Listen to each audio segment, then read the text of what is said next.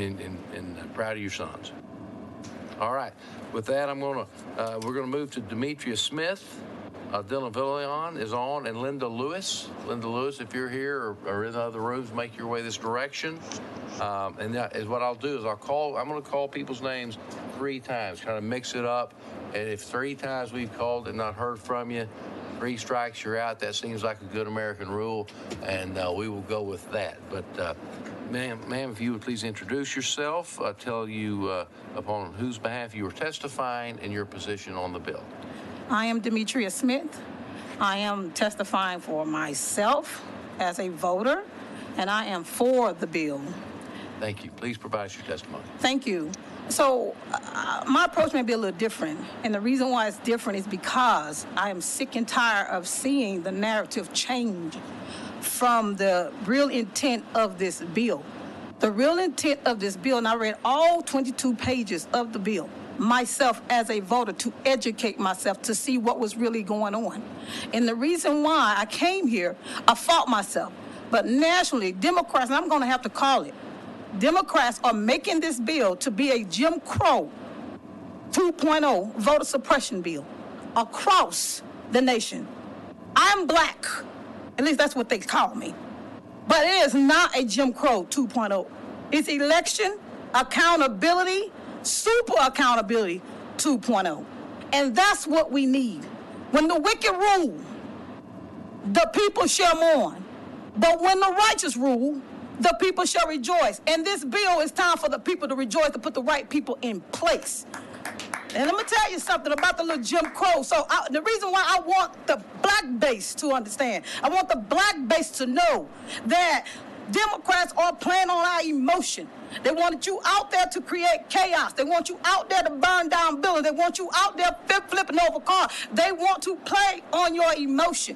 But here's my problem with that. When I look at Democrats attacking my emotion, you're going after my ancestor. I'm a descendant of my ancestor. But now you're making a mockery. You're making a mockery of my suffrage. And you use it to your advantage for your own agenda so you can keep your own seat. It's not about the people. And everybody that came here before me, after me coming here talking about the poll watchers. They're attacking the poll watchers. Poll watchers don't have anything to do with it. We need whistleblowers. And we need real enforcements. So right now, the poll watchers now have been under attack. And when I see Democrats coming up here talking about attacking election integrity, they're attacking election integrity, they're attacking the accountability. And when you have Democrats attacking accountability, where is their democracy? Do they even really believe in their democracy? I want to say one last thing on the Jim Crow. Baby, this ain't no Jim Crow bill because back in the day when I read up on, you have to pay poll taxes. There's no poll taxes in this bill. And back in the day when I read, you have to build property on it. There's no property ownership in this bill. Back in the day I read, you have to be grandfather in. You don't have to be grandfather in this bill. So back in the day I read, it was mostly white Democrats was always winning and black folks couldn't participate. So with that being said, they can lose the Jim Crow 2.0 and keep this bill on the right track. Keep the state law, all the felony criminal crimes, federal third degree, keep all those penalties there. Because let me tell you the good news I saw coming up in here. Everybody came here, they can't even sleep at night. They're going to go back home rolling and tossing. They're going to be making them phone calls to them state representatives. I can't get them moving on this bill because they're not comfortable. The bill haven't even passed and they already been deterred. So keep this bill pushing. All right, thank you. Ladies and gentlemen, thank you, Ms. Smith, for that very, very emotional, passionate presentation. Let's try to contain our emotional outbursts, but you did kind of bring it out in them. I'm going to say that. In fact, if this was campaign season, I'd suggest that was a good time to pass the plate.